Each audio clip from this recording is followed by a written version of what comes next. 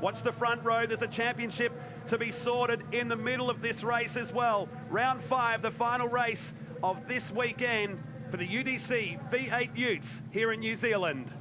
Paul Manuel, he'll be doing everything he can to try and get away good from Spud, which is the Gibson, one of the many Gibsons. Peter Warden behind will just be there to put a smile on his dial. That's all he's doing, so he won't cause too much trouble, but watch the launch from the inside, third row back. Brett Rudd needs to do everything possible to stay in front of Sam Barry. He's got James Urquhart beside him. I know we want to focus on the guys up front, but we also need to keep an eye on the championship contenders, and will they come through clean? James Urquhart gets a good run around the outside on Brett Rudd, and he's still there. He's going to try take the inside on turn number 2. He doesn't hold it, and Brett Rudd gets in. The 12 gets served up by the 22 that finds the dirt, and he may struggle to get out of this. Jeff Spencer, SOS Spencer. Some say save our souls, some say silly old Spence. Well, he's in the kitty litter, and that's going to make, there's no way he's getting out of there. It just beaches you. And so it'll be possibly a restart or just a run under the safety. Let's wait and see. But Paul Manuel, with the rest of them following in behind, Brett Rudd, James Urquhart, the safety car's coming out.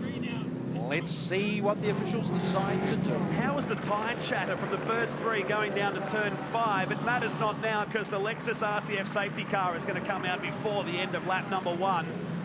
And the car of Spencer is buried into that sand trap down there at turn 3. Across the top of the chicane. That's in fact the support paddock entrance in the background. It is. Now I know you're wanting me to do it, so I'll do it for you. Please. Jeff Spencer is beached as, bro. Yes. 3 days and I finally got it out of him. Here's the replay. He got a bit of payback on his own here, really. Tried to unload the car ahead. It sounded better when you said it. There's no way I could pull that off. No. And Spencer against the tyre wall down here. Unfortunate for him. It's going to cost him a lap here by the time they retrieve him out of the sand trap down there at turn 2. Urquhart very handy on the water too. The Waikato River many years ago. So gets set for the restart. Manuel to lead us around with Gibbo in second. Andy Booth is third. Peter Chaos Ward in fourth. And the Scud, Brett Rudd, inside the top 5. So back underway at the end of lap 2. And the first 5 caught the rest napping. James Huggy Urquhart didn't realise that Paul Manuel had taken off so quickly, and it's made a little bit of a gap, but already Andy Booth thinking about coming down the inside. Didn't make it stick, but good on him for trying, but he's got to learn. He knows the circuit. He knows touring cars as they get a little messy and scrappy up the front, but he's got to learn the intricacies of 1.8 tonne of V8 Racing Ute. Down they come out of turn 4 and the run down to the notorious turn 5 this weekend, and they're all running the inside of the track here, which we don't recommend. It really sharpens off this corner as Andy Booth pulls on the outside. Yeah, I don't think that was the right move. He should have gone where Peter Ward did, down the inside. He might have got a better braking line, because that could have opened it up for Peter Ward. Oh, look, a switch out of absolute nowhere, and it was possibly more of a mistake from Spud Gibson. I don't think it was planned. Urquhart gets off the track down there on the exit of 5. More brakes locking up, more tyres being locked down onto the surface. Last race, don't need them anymore. It's a clearance sale. Okay, well, while they have a little bit of fun up front, we still focus there. Brett Rudd, and there is Sam Barry, and James Urquhart has lost some serious positions, and that's going to, well, be difficult for him now to gain the master points he needed to move from 5th in the championship, maybe creep on past 4th and into 3rd. Challenge for the lead here as we come through. They were dead even at the line, and now we have a new leader, so Gibson goes back to the lead. Manuel to 2nd place now. I did not expect that. To be fair, I thought Paul Manuel might do another runaway at the front here and leave the field, and now he's got Andy Booth all over him. Here we go. 2 old-timers, and that's not being derogatory, 2 old-timers on racetrack terms, having to go at each other again in a V8. And Andy Booth is into this as well. Peter Chaos Ward behind him, then Brett Rudd, the Loscombe Pallet Supplies entry. The run down here, and now Gibson protective of the line. Watch Andy Booth. He's going to try the outside down here. Again. The squeal of tyres. Tries it again. He's got the inside run. Oh, they're still side by side. Great respect. Tough racing at the front here. Peter Ward in the background looking on, saying, what are you guys up to? But just keep going, and we'll see what happens. Brett Rudd should really focus on that. Just say, you guys fight, you guys battle. All I need to do is stop Spratt and Barry from passing me. That's as full focus. First 5 covered by 1.5 seconds, and Gibson has got a bit of a margin now over Manuel, who's got Andy Booth all over the back, the man of one. A race this weekend so far, lots of experience in NZ Super Tour action back in the days too. It's on the back of Manuel, and look at Gibson, he is well and truly out of here. Yeah, and that's fairly clear-cut case of not having to battle. These two are fighting each other, and everyone knows in motorsport, no matter which category and class it is around the world, as soon as two start fighting, everyone else can leave them behind. It happens all the time, and Peter Ward is actually starting to enjoy this. He's that kind of guy who would actually sit there and watch it. Well, yeah. Yeah, I'll just watch this unfold. This is quite neat. It's too early to be doing this stuff. It's halfway home in the UBC V8 Utes final race of the weekend here at Pukekohe Park Raceway. More brakes being locked up here, and now Booth is just going to pull this up. And once you lock a tyre in any form of motor racing, it tends to go back to that spot. It's what we call flat spotting these tyres, but in 5 laps' time, we'll never see these tyres again. No, and it's interesting because really neither Paul Manuel or Andy Booth, as he gets a move made on him down the inside by Chaos Ward, a little bit of a tap, nothing major, not quite enough in it. Andy Booth and Paul Manuel have had no seat time over the past months. Maybe Paul Manuel might have done some play time out here at the circuit, given that he only lives about 7 or 8 k's down the road, and his car workshop is probably only 20 minutes down the road. He might have been out for a play, but Andy Booth, I would fairly categorically say no, he has not been in any kind of racing for almost over 12 months, maybe 18 months now. Here he is, jumps in 1.8 tonne he knows nothing about, and sits himself into the top 3. And look who else is getting into this now. Championship leader, Sam Barry in car 71, the last car in this shot, even with the fuel filler cap open on the side there for downforce. I jest. I wonder if the 99 team is saying, oh, he needs a flag, he's got to come in. They'll try it. They certainly will. Now that's interesting. There is an interesting move from Spratt. Currently 4th in the championship. He got a good run on Peter Ward. But if those two cause problems, Brett Rudd won't mind. Here is the battle. Now interesting. Brett Rudd, 99, the Scud, in front of Sam Barry, 71. That is 2nd and 1st in the championship. And there goes Barry. He tried to go down the inside, and Brett Rudd moved over to block the line. I think he had entitlement to do so. And this is the battle for the championship here. Rudd is 2nd. Barry leads the points chase this year. This being the 5th round of the championship, this was added on at the very last minute. Yeah, keep that in mind too. Yeah, they didn't expect to be doing this round, and so they were going to be going into the final round in a couple of weeks' time with a certain points gap.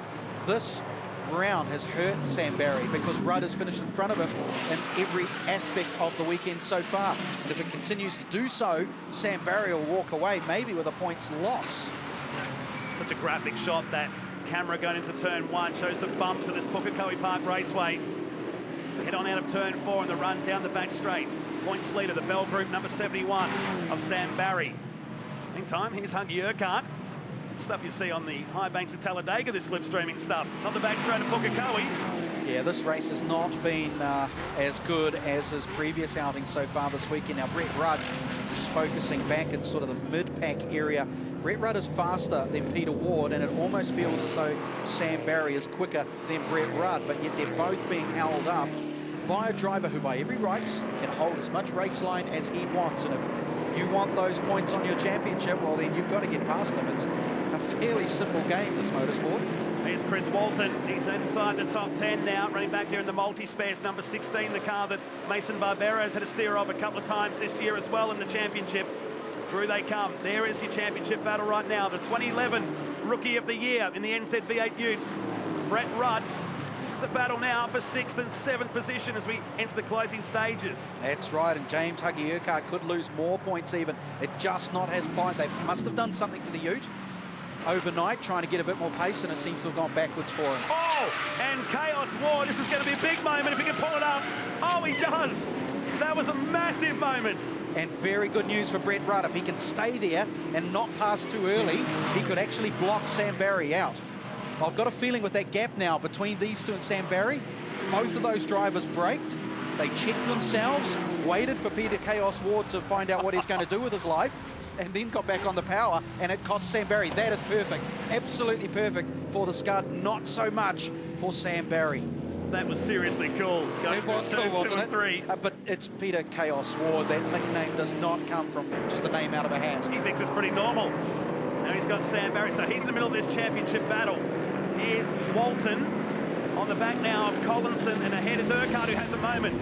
Check this out, coming into the chicane, and Peter Ward unleashes a whole lot of chaos down here at 3 and 4. And remember, this is 1.8 tonne of ute that he is trying to control around that turn. Yeah, goes without saying. In fact, here's another one for you as it's getting closer to the weekend. You can go down and ask him what it was like. He'll say to you, choice as. He's been a regular in the Australian V8 Ute Series on occasions too, and now finds himself in between Brett Rudd, the Loscombe Pallet Supplies entry. He's the CEO of that company for a guy that's only 29 years old. Does a fantastic job. Plus a few. Plus a few. Plus a few, yeah. He'd never done racing before he hopped into a V8 Ute. Never. Not a thing. He might have played in some go-karts and indoor karting with some mates, and that would be the max of it. So he's done very well. But now we're looking at the front runners who are in for the glory, in for the silverware, but not the championship. Spud Gibson against Auto Manual. Gee, I wonder where they got that one from. And then Teflon Andy Booth. And Is that one of yours, or? No, they don't accept my nicknames.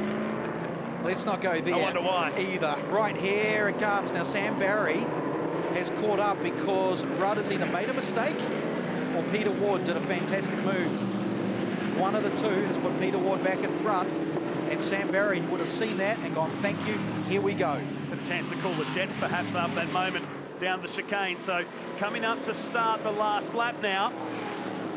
These guys run inside the top 10. It's still Gibson from Manual. The margin just over 0.2 of a second as we start the final lap of the UDC NZ V8 Utes. Spud Gibson out in front. Auto Manual trying to get him. Teflon Booth. Oh, the names just keep going. They keep going, and there is Stringer Spratt. Now, he is back in the championship, but it's good for him to be up there. Another aspect for the likes of Spratt could actually have a go at Andy Booth here. And it's probably worthwhile giving it a try to gain some more points. Oh. Paul Manuel decides he wants to have a good one, and if I overbraked himself, it was worth a go, wasn't it? Worth a push. Almost into autopilot then, wasn't it? I like what you did there. Booth ahead of Spratt. So working our way down to the final passing chance here on this, the last lap. Gibson's done a great job here. Yeah, he has. We need to keep our memories locked on what's happening behind them as well for the championship. But these guys have really run away with it. Run away with it so clean and seemingly easy. I'm sure it's not. Around they come. And the Ford is going to do this today. He's going to do it by about a couple of car lengths here. From pole position to the checkered flag, it's been Mark Gibson, and he wins the final race of the weekend here at Pukekohe Park. And a great run it was as well, Paul Manuel. Here's the chase for the championship, and it won't just be small points advantage from Brett Rudd beating Sam Barry. It's a mental advantage, and it's a huge one going into the final round. His team will know it, and so will Sam Barry's. Absolutely. Confirming your results, Mark Gibson by half a second over Paul Manuel, who won yesterday. Andy Booth finishes in 3rd position. Matt Spratt, Peter Ward, Brett Rudd in 6th, Sam Barry in 7th, James Urquhart in 8th, then Glenn Collinson and Chris Walton over the page to Kernahan, Nigel Hanley, Jeff Kernahan in 13th, then Usher and Dudson.